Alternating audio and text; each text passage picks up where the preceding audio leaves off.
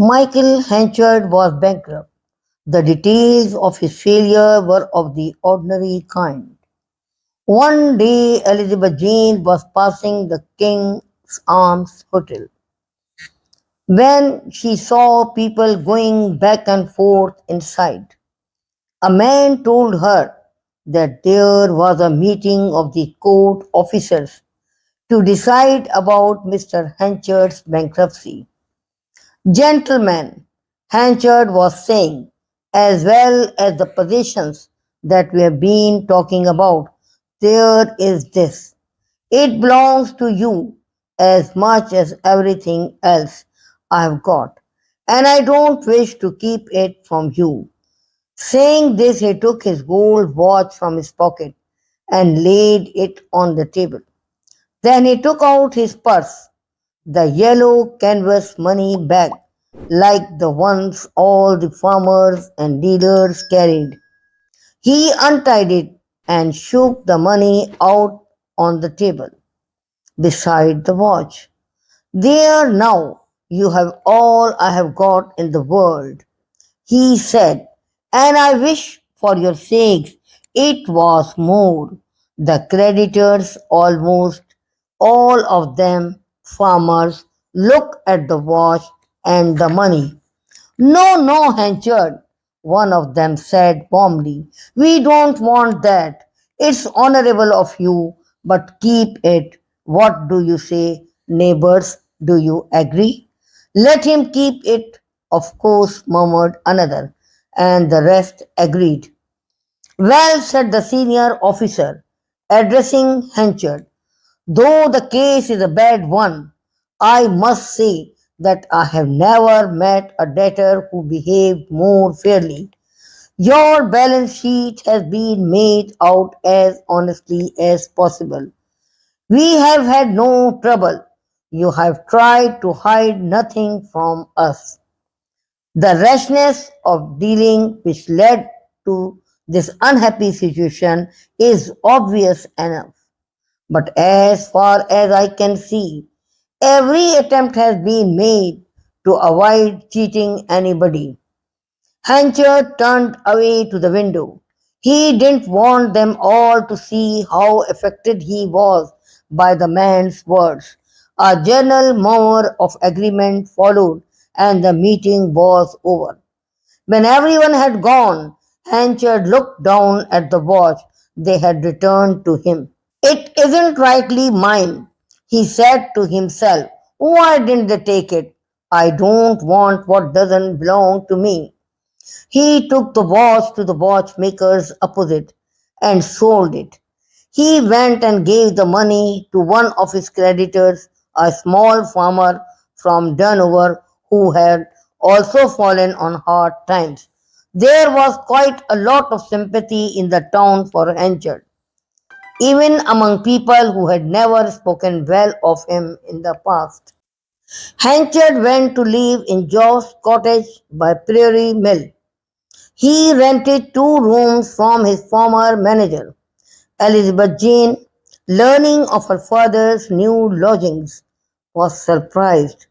But the fact was that Job was the one man in Casterbridge whose opinion the fallen corn merchant did not care about at all.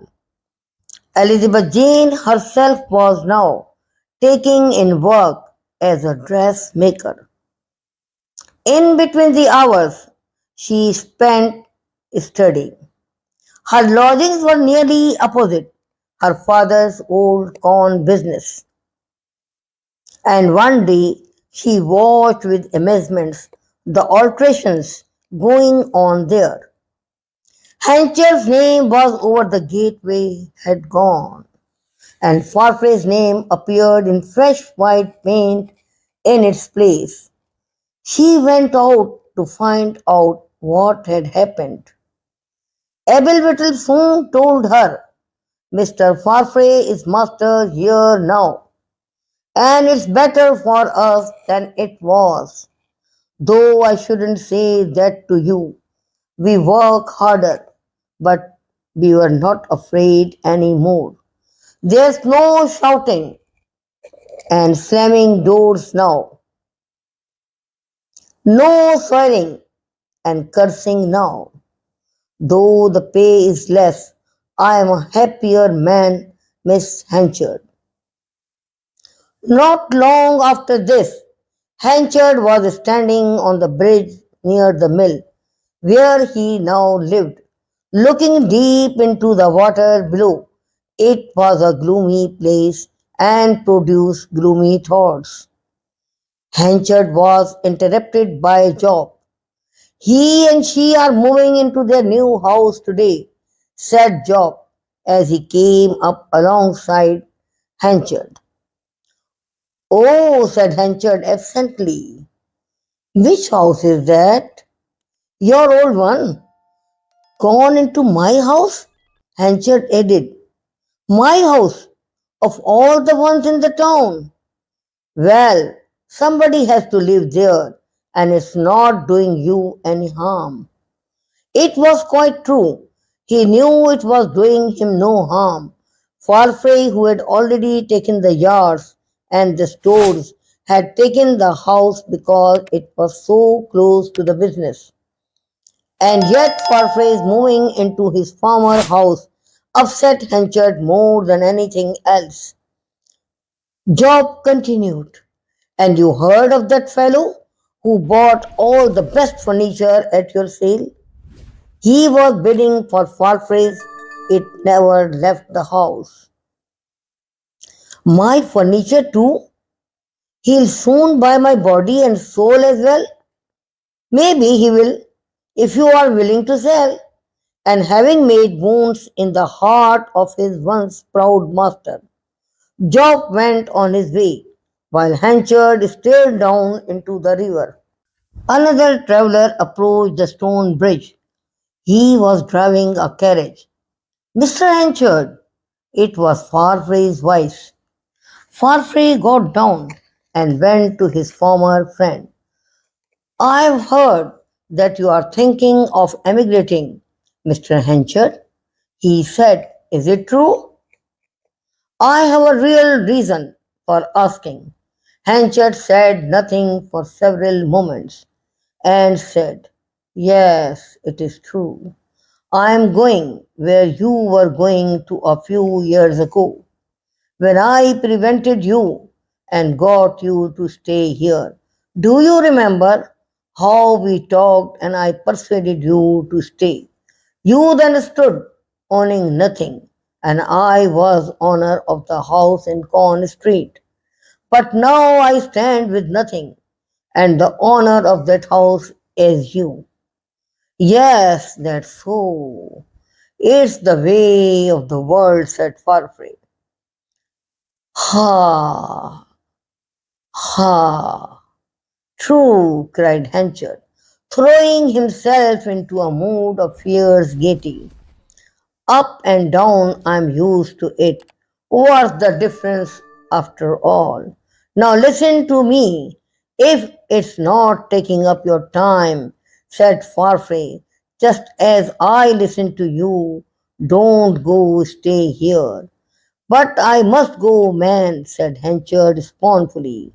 The little money I have will only keep me for a few weeks more, no longer.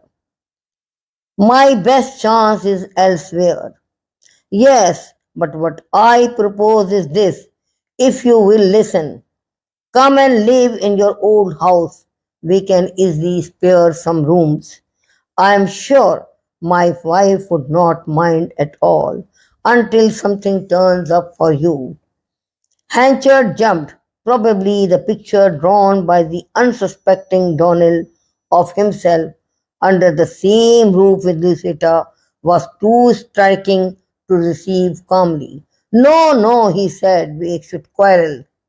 You would have a part to yourself, said Farfrey, and nobody would interfere with you. It will be much healthier than down here by the river, where you live now. Still Henchard refused. You don't know what you ask, he said. However, I must thank you. By the way, I bought a good deal of your furniture, so I have heard. Well, it was not that I wanted it so very much for myself, but I wish you to pick out all that you care to have and take it to your own house. We don't need it all. We can do very well with less. What give it to me for nothing, said Henchard, but you paid the creditors for it. Ah, yes, but maybe it's worth more to you than it is to me. Henchard was a little moved. I sometimes think I have wronged you, he said in tones which showed emotion. He shook Farfrae's hand abruptly and hastened away back to Job's cottage. Not long after this, Elizabeth Jane learned that Henchard was ill in bed. She went to his house at once. She found her father sitting up in the bed with a large coat wrapped round him. At first, he did not want to see her. Go away, go away, he said. I don't like to see you here. But, father, I don't like to see you here, he repeated. But she stayed. She made the room more comfortable, and by the time she went away, she had made her stepfather agree to her visiting him. He made a fast recovery under her care. He no longer thought of emigration and thought more of Elizabeth Jane. It was having nothing to do that really upset him. So one day, feeling that honest work was nothing to be ashamed of, he went down to Farfrae's yard and asked to be given a job as a haymaker. He was engaged at once. At the beginning of the winter, it was rumored about Casterbridge that Farfrae, already on the town council, was to be made mayor soon. A fellow of his age, going to be mayor indeed, said Henchard to himself. When he heard of this one day on his way to Farfrae's hay barn, he thought it over as he worked, and the news turned him against Donald Farfrae again. But it's her money that floats him upward. Ha, ha, how strange it is. Here am I, his former master, working for him, and he who used to work for me is now my master, with my house and my furniture and my, what you may call, wife, all his own. He repeated these things 100 times a day. With the return of his hatred for the Scotsman, he also seemed to stop caring about himself. He kept saying every now and then, only a fortnight more, only a dozen days, and so forth, lessening his fingers day by day. Why do you say only a dozen days? Asked one of the other men as he worked beside Henchard. Because in 12 days I shall be released from my oath. What oath? The oath to drink no alcoholic liquid. In 12 days it will be 21 years since I saw it, and then I mean to enjoy myself, please God. Elizabeth Jane sat at her window one Sunday, and while there she heard in the street below someone mentioned Henchard's name.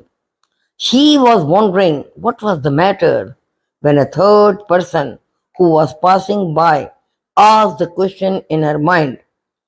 Michael Henchard has started drinking after taking nothing for 21 years. Elizabeth Jane jumped up, put on her things, and went out. Henchard had chosen the three mariners that Sunday morning to start his drinking.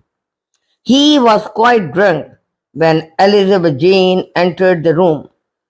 She pleaded with him to come home.